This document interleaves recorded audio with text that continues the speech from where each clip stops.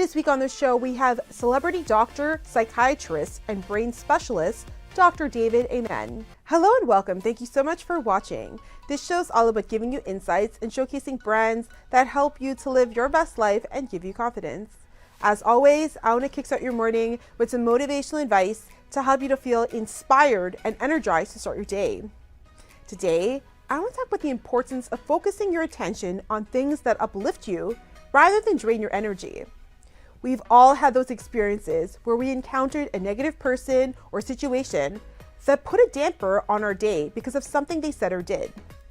Maybe you even engaged back with this person and were left feeling drained. Energy flows where our attention goes.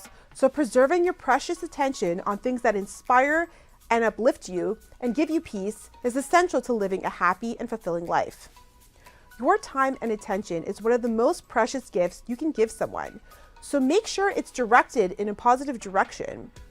Make it your mission today to disengage in people or situations that attempt to take away your peace and redirect your energy towards practicing emotional intelligence without the need to negatively react.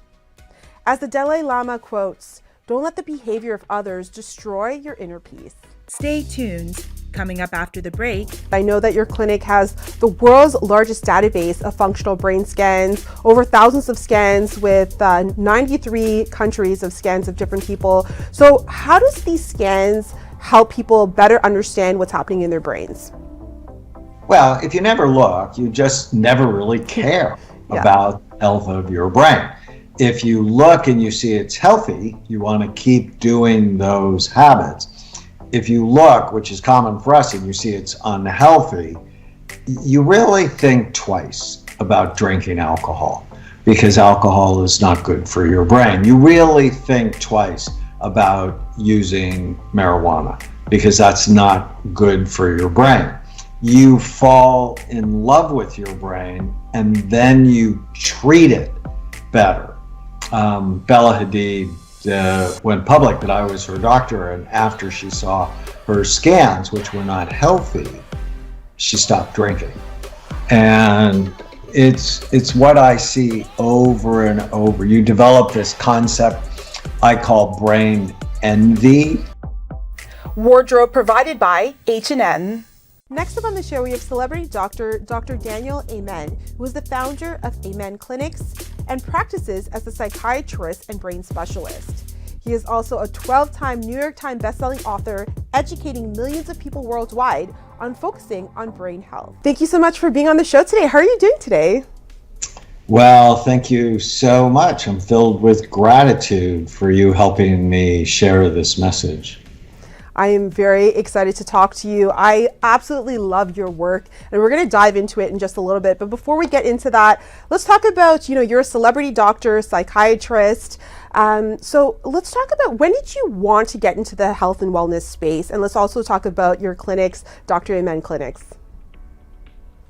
So when I was 18, Vietnam was going on, and I became an infantry medic. And that's where my love of medicine was born. But about a year into it, I realized I didn't really like being shot at. So I got myself retrained as an X-ray technician, developed a passion for medical imaging. As our professors used to say, how do you know unless you look? And then in 1975, I got out of the Army, finished college, went to medical school, and someone I loved tried to kill herself. And I took her to see a wonderful psychiatrist. And I came to realize if he helped her, which he did, it wouldn't just help her, that ultimately it would help her children and even her grandchildren, as they would be shaped by someone who was happier and more stable. So about 44 years ago, I fell in love with psychiatry, and I've literally loved it every day since. But I fell in love with the only medical specialty that never looks at the organ it treats. And I knew that was wrong. I knew it would change. And I have 11 clinics now across the United States. And we do brain imaging for people who have brain and mental health challenges.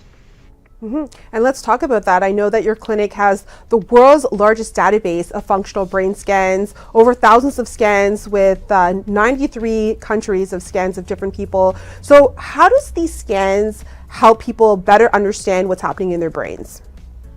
Well, if you never look, you just never really care about the health of your brain. If you look and you see it's healthy, you want to keep doing those habits.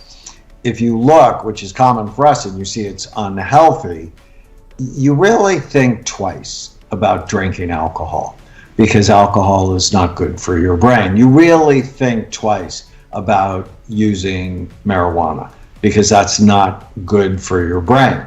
You fall in love with your brain and then you treat it better. Bella Hadid went public that I was her doctor, and after she saw her scans, which were not healthy, she stopped drinking.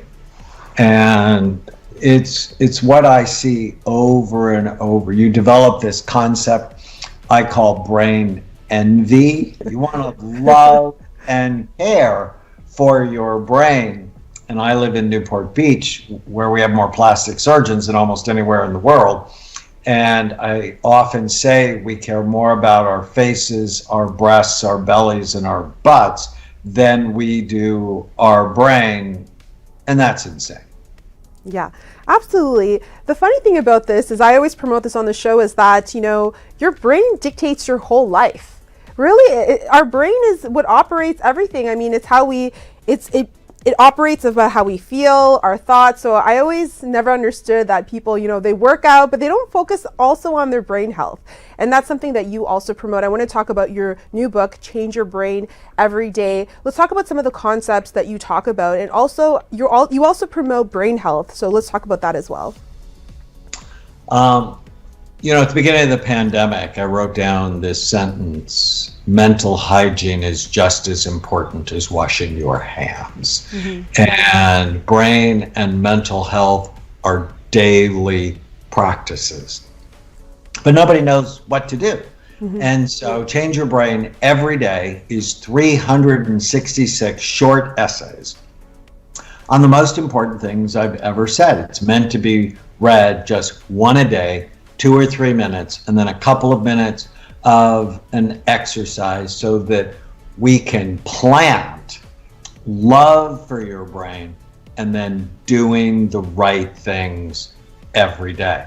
And you don't have to do everything at once, and that's why it's just one simple thing a day, and it'll just make a radical difference. If you follow along the program in just a few weeks, you're really going to stop doing things that hurt your brain and engage in regular brain healthy habits. And it's not because you should. It's because you love yourself. It's because you want to. You begin to see things like alcohol and too much social media and sitting on the couch and not taking your supplements as the enemy of what you truly want. Because when you really get to it, most people want what I want, which is energy and memory and clarity and good decision making and connection and meaning and purpose.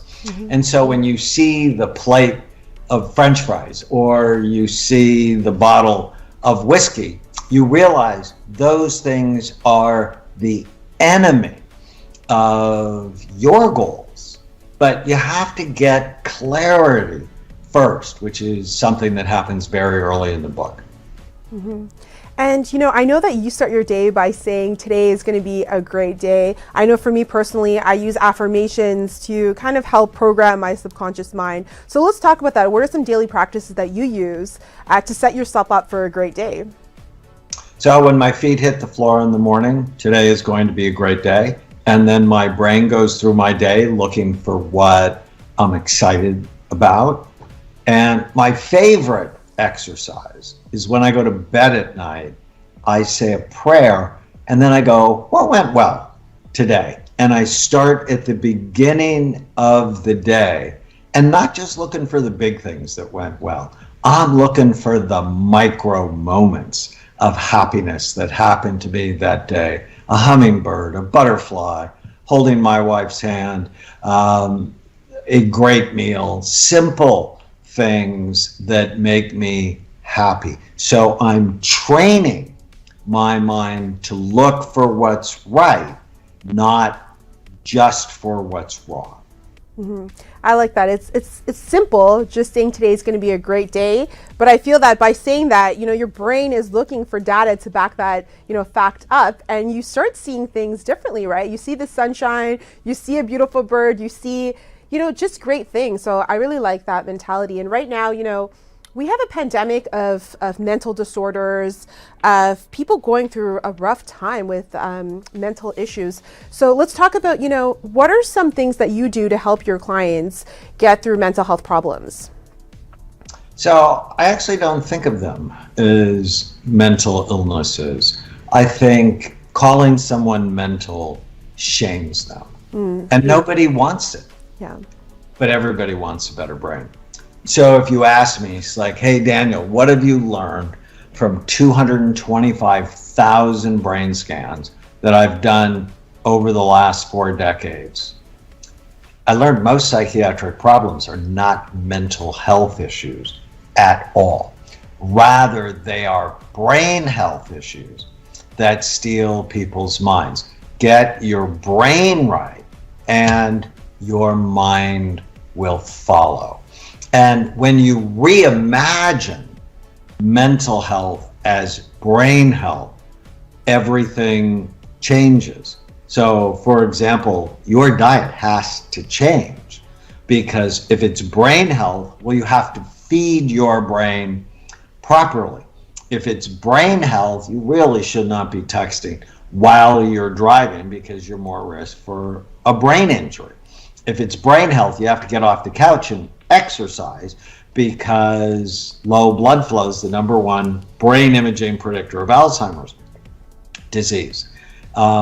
And so I hate the concept of mental illness, shames people, stigmatizing wrong. When I told my dad I wanted to be a psychiatrist, he asked me why I didn't want to be a real doctor, why I wanted to be a nut doctor and hang out with nuts all day long. Now, my dad would not get Father of the Year award, but his comment reflects what society believes about people who have mental health issues. So I'm on a mission to end the concept of mental illness by creating a revolution in brain health. Mm-hmm. I feel like a lot of how we feel, or negative thoughts, or even mental health problems, these are things that are on a subconscious level that we're not even aware of, that kind of dictate how we think. So how do you help clients kind of understand on a subconscious level some of the problems that they're having? I always think of people in 4 big circles. It's what's the biology, so how's your brain working and your body working? Mm-hmm. What's the psychology? How do you think? And I often say, we're living in a society filled with ants, automatic negative thoughts, the thoughts that come into your mind automatically and ruin your day. I was 28 years old in my psychiatric residency when I heard one of my professors say, you have to teach your patients not to believe every stupid thing they think. Mm-hmm. And I'm like, but I believe every stupid thing I think. Yeah. And just learning how to kill the ants, how to correct and direct my thoughts, it was miraculous how good it is. I think of that as basic training. And so for your listeners, whenever they feel sad or mad or nervous or out of control, write down what you're thinking. And then just ask yourself whether or not it's true. And then write down what you're thinking and flip it to the opposite. And ask yourself if the opposite of the thought that's bothering you couldn't in fact be true as well. So learning to manage and direct your mind, another fun exercise I tell in the book, it's a day of the 366 days, is give your mind a name. And I often say in lectures, how many of you were good at talking back to your parents when you were a teenager? I was excellent. So you talk to my folks, and he's like, he was a pain. But no one ever taught me to talk back to myself, right? Just because you have the thought has nothing to do with whether or not it's true, whether or not it's helpful, whether or not you should keep it. So there is a discipline to your mind that, quite frankly, they should have taught us in second grade and should have reinforced it every year, just like they reinforce your native language every year. You know, here in the US, we have to take English. We should be taking brain health, mind health, because that's the way to start making a dent on this epidemic. Mm-hmm. And you know, one thing that I get from you is that you're very self-aware with your thoughts and your words. So how do you think self-awareness helps to kind of program the brain and be more conscious of how you think? Well, you know, ultimately thoughts create feelings, and feelings create behaviors, and behaviors create outcome. Mm-hmm. And so if you have an undisciplined mind, the outcome in your work, in your money, in your relationships, it's risky. But when you discipline your mind, when you know what you want and you act consistently over time to get it, because your brain is healthy, everything in your life seems to be better. And I was talking about the four circles. We talked about biology, psychology, social circle is how you get along with other people. There's dozens of days on that in the book, but my favorite one is notice what you like more than what you don't like. If you just today notice what you like about the people in your life, you're going to notice you're going to start influencing them powerfully in a positive way. And the spiritual circle is, what the heck do you want? Why are you on the planet? What is your deepest sense of meaning and purpose? Because purposeful people live longer. Mm-hmm. I want to dive into that a little bit about spirituality because, you know, as I notice, people work on their physical appearance, as you said, you know, in Hollywood, in North America, but we rarely focus on our brain health and actually, doing affirmations, reading more, filling our brains with uplifting content. So let's talk a little bit about that in three practical steps, that we can use to improve our brain health, just like little steps that people can do. Well, in the book, there are hundreds of tiny habits. What's the smallest thing I can do today that'll make the biggest difference? And when my daughter, who's now 19, when she was 2, she and I used to play this game every day called Chloe's Game. Is this good for my brain or bad for it? So if I said blueberries, she would say, are they organic? Because non-organic blueberries hold more pesticides than almost any fruit. And I'm like, of course they're organic. She said 2 thumbs up, God's candy. If I said avocados, she'd go 2 thumbs up, God's butter. If I said hitting a soccer ball with your head, she'd roll her eyes at me and go, are you stupid? The brain is soft, the skull is hard, the skull has sharp bony ridges. If I said talking back to your redheaded mother, she'd go, oh, very bad. And it's that little tiny habit when you go to do something, come drinking green tea, is this good for your brain or bad for it? And you just have to know the list. And I guarantee you, at the end of Change Your Brain Every Day, you'll know the list. Mm-hmm. I want to talk a little bit about manifestation and the law of attraction, and also using your brain to create thoughts and beliefs that manifest things in your life. What are your thoughts on that?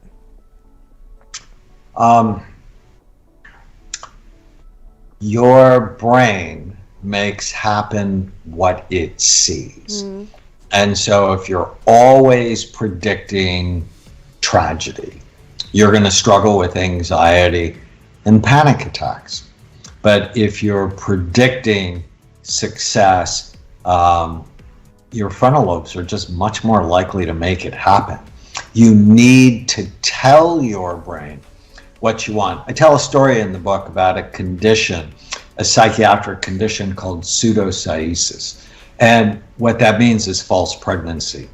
If a woman believes she is pregnant, even though she's not, But if unconsciously she believes it, her body actually starts to take on the shape of a pregnant woman. Wow. I've seen this 9 times in my career. It's always very interesting. She'll stop having periods. Her breasts will get larger. Her lower abdomen will be fuller. She may even secrete milk from her nipples. And it's totally freaky when you realize she's not pregnant at all. Her unconscious mind believes she's pregnant.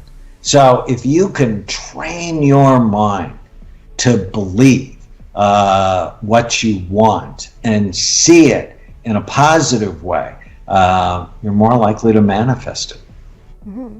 And what's one brain hack that you use to kind of get things done? And I know, like, for example, Mel Robbins has the 3-2-1 method. So what's something that you have, like a little trick that you use to maybe take action on something, or that helps you not to procrastinate?